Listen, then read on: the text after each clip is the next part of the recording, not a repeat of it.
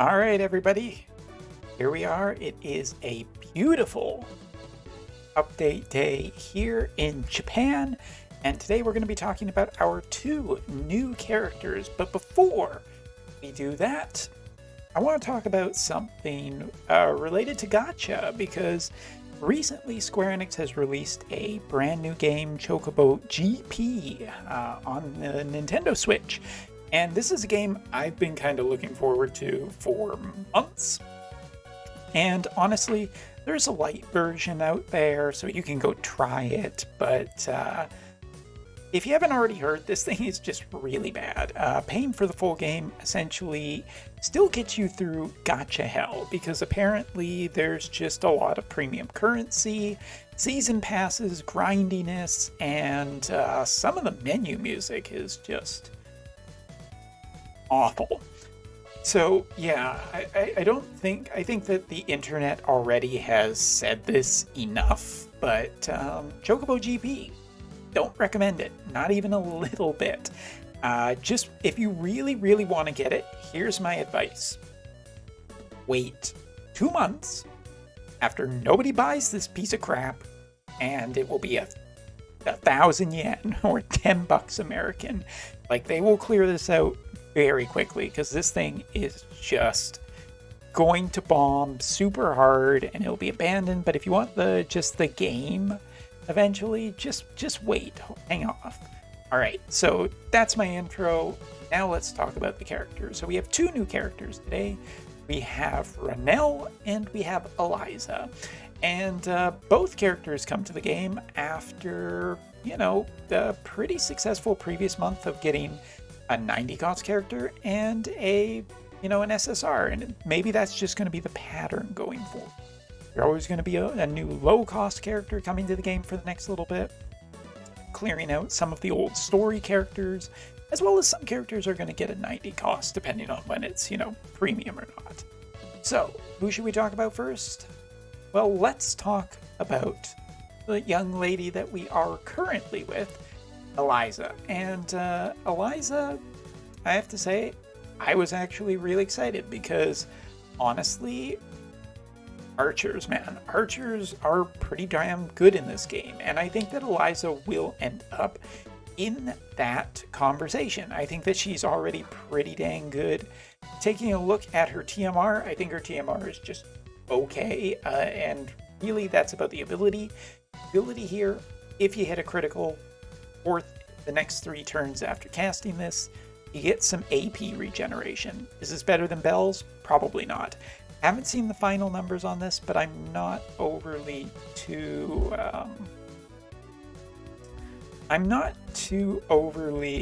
enthused about this. It just seems like a worse version of Bell's, so whatever. It's a TMR you get for maxing her. All right. Limit Burst reduces ice resistance, which is really nice, and that goes into one of the strengths of her kit. She's also just has, oops, I'm on the wrong note page. Let me just up. There we go. Long distance debuffer that has a lot of nasty status effects. Interestingly, she has things like Berserk, AP down, CT down, don't move, and all of this you can cast from a really long distance. One of her support skills, if you take a look at it, is actually really terrible initially, but after getting her into EX, it becomes a range +2 and shooting power up, guaranteed that you will be using it from now on in the future. Next up, she has multiple penetration or ways of increasing her defense penetration and shooting resistance penetration, which will make her very dangerous from long distances. And she is wonderful at dealing with evasion characters. If you think about Ice has some vision cards that give pretty big accuracy boost, but her kit allows for her to have a pretty damn big accuracy boost. Only thing that she's really weak to seems to be fire magic. So first of all, let's show off the Limit Burst before we head over. Pretty cool animation, I must say. Keeping in that whole Black Rose thing, or Black Rose theme. I hope that Rafal gets hers eventually. Let's jump over to story for a minute. Enjoyed music for like half a second.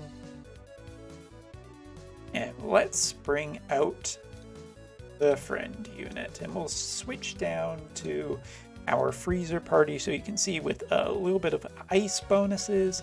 About 100 speed, 456 for dexterity, about 7,000 HP, and 1400 attack.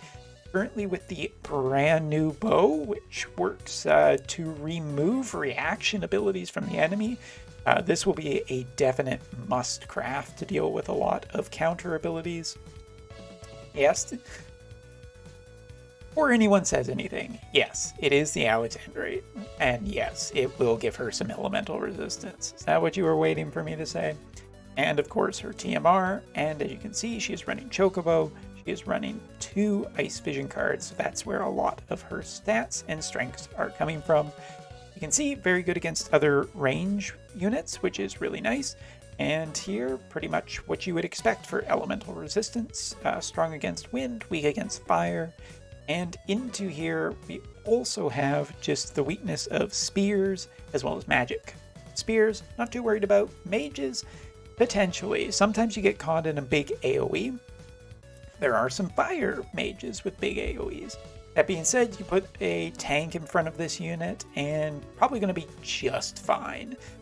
I can even think of some good tanks, but we won't go into that.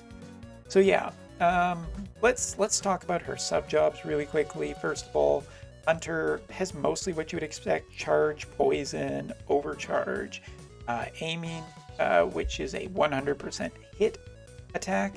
And she also has, of course, the Hunter ability that we all love, Reflex or Makiri, which basically, has a chance to avoid all attacks. Really, really good counter options here. Not only that, but we'll talk about her new one that she gets in a second.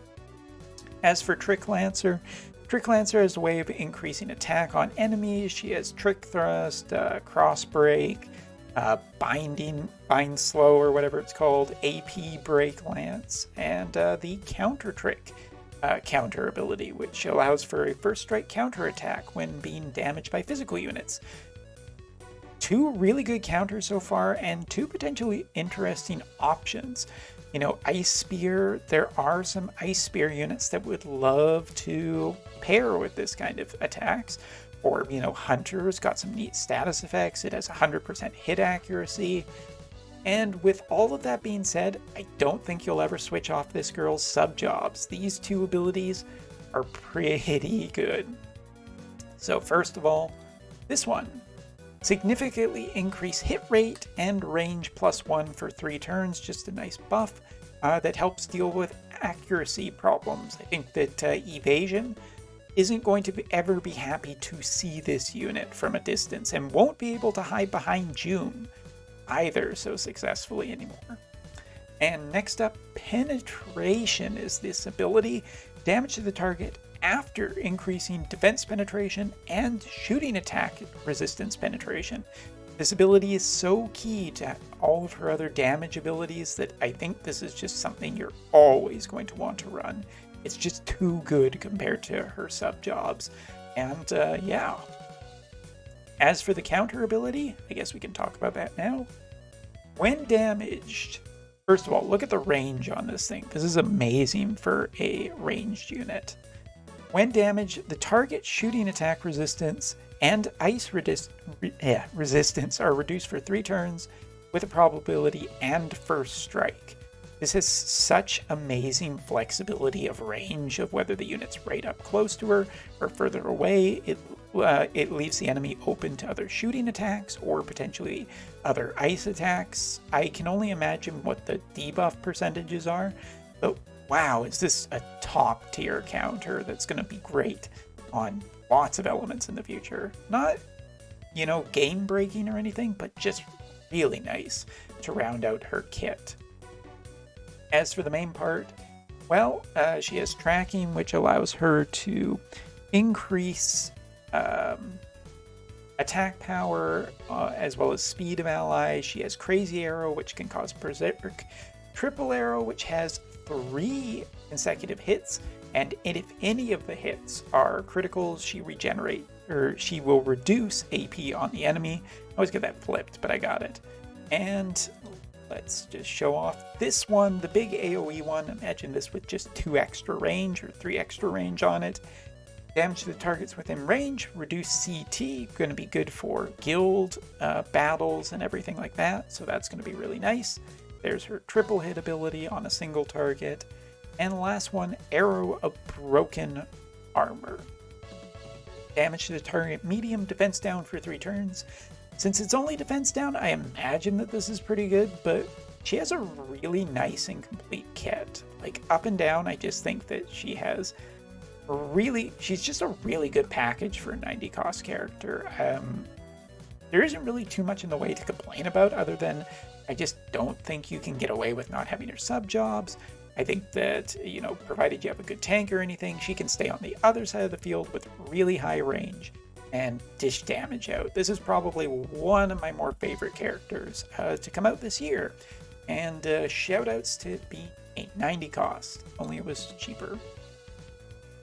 Alright, but that's not our only character. Let's switch up to Ranell. And Ranell, obviously my unit, not super good at the moment. We're going to have to wait to build her a little bit. But considering that she is a lower tier unit and a low cost unit, I have to say, quite a fan of this unit as well. Weak against magic and piercing attacks.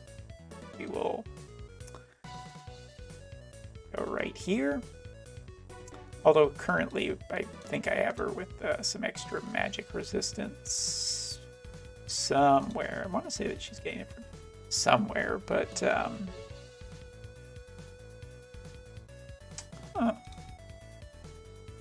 I know it said that. Let's just head over and double check. Make sure that we're not getting any effects from somewhere that I just can't see, because that's just the farming part. Alright. Happen. Sorry. There it is. That's a more natural look at what her resistances actually look like. But she is good against slash and she is good against fist. And she's not too bad against shooting either, which makes her pretty decent overall. Alright, so let's scamper through this. Sniper ability. She can remove or reduce quickness. She can cause paralytic effects. She can give herself 3 turns range +1 and defense penetration up. She can give herself attack up, as well as allies and the Phantom Beast Killer. And she has the move -1, arm shoot, and counter smoke. So pretty good little benefits from the sniper selection of her kit. As for fighter, I think this is mostly here for stats, but maybe a Dark Fist could potentially be useful in some spots. Not really too much to say here. Fighter, I always like for just having the stats at this point, but never think too highly of it. So good, it's fine, but moving on. And last but not least, her main job, which, because it's not out on global yet, we'll just call it detective for the sake of this video. Same job as Valentine's Day Eldyra. And honestly, really nice little kit. Let's just go in here for a second. Here, as you can see, I've unlocked a ton of abilities for her. So much so that we can't even see them. Alright. Yes, we'll have to take a look around here a bit. So first of all, this one reduces aim and quickness for 3 turns. As you can see, it has an absolutely massive range on it. Next ability, this one. Swear Drain. Enemies that are around her, she hits them, she deals damage, and she absorbs part of it back to herself. Kind of interesting. If you could build this character as an evade unit with any degree of success, if she just gets surrounded by enemies, she can just spam this ability and deal damage, and that's enough. Doesn't even really need to heal, but she does have access to healing. 2 support skills give her evasion up, accuracy up, move up, and hate down. Nice combination of all of those. As into the main part of her kit, first of all, this one right here. Makes it harder for you to be targeted by enemies, increase avoidance rate of allies within range centered around herself. Does support the idea that she can be an evade unit. And unlike Valentine's Day Eldyra, she probably has a little more luck to it in the dark element than she does in the fire element, which is Eldyra's spot. Sorry. All right, leap edge, damage to the target, kind of a weird little targeting area for this one, but okay. As for her other abilities that we get into, let's start with the job level 25. This one is going to be really, really good for the future. Wait, that's not the right one. That's the right one we want to talk about first. Let's talk about this one. This is the one I wanted to bring up because it establishes a barrier to reduce damage to yourself and increase the speed until you're damaged. Really cool. Gives you tempo, still gives you a barrier in case she does get hit as an evade unit. That seems kind of good. And then she can just keep going. And she has 2 casts of this. I think this ability is really, really, really, really nice. But of course, that's not the only ability here that we are going to take a look at. This one right here is a very poisonous blade. Deal damage large to the target with a poison effect too. Works super well in synergy with Chaos Odin, who's also an evasion esper. Quite nice. And of course, this one, AoE triple hits, so good for dark elemental chaining, with a darkness effect on top, which is very nice. I mean, good status effects, good damage options and everything. A couple of her abilities do get improved into her EX. One of them being, of course, her triple blade ability, which actually gets even better, which is really nice. After destroying all barriers that reduce damage to the targets with 3 consecutive hits with a darkness effect and quickness down. Wow, what an ability. Barrier breakers are incredibly valuable, and I really think they are important after some fights I've been through. So I think that this ability is just snap, crackle, pop, fantastic, and yes, I did say that. Next one, one of her basic abilities makes it harder for you to be targeted. Evasion rate of allies up within range, centered around self. Increase the slashing attack evasion rate for 3 turns, as well as it gives canceling effect of guts when hitting an attack. So yeah, a really strong ability. Last one here, penetrate 3. After a large increase in your defense penetration rate, 3 consecutive damage to the target, and recover your own AP when a critical hit. Ranell is just really, really, really, really good. I think that she is absolutely incredible for like a lower tier unit, for an MR unit. She has a lot of chaining potential. She has just a really well-rounded kit, and I think you can make a really good evasion character off of this, and that's just super. One thing I do want to just mention before we wrap up this video, because sometimes I make mistakes, but this time I actually caught myself. One more thing about Eliza. Her job level 25 ability is an AoE ability that moves Protect and Shell after dealing large damage. And I'm just going to show that off because that was my mistake, but I did catch it before the end of this video. So let's just hit here, scroll down.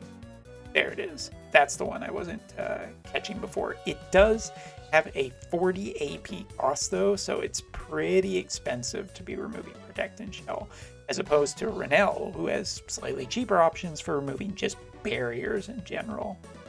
Interesting combination of units. Think they are both fantastic for different reasons. Ranell is just better though, in my opinion, because she's free.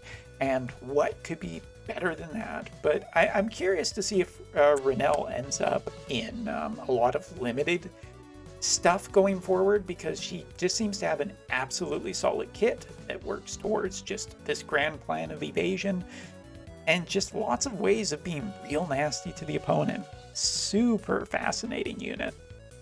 As Eliza, however, no slouch either, but at a 90 cost character, probably a character you can wait and just pick up on a select ticket later. As being 90 costs, she will be on all of them when anniversaries roll around and whatnot. So yeah, there you go. That's my view on all of this stuff. Hope you enjoyed it. Hope you found it interesting, and I'll see you all next time. Take care.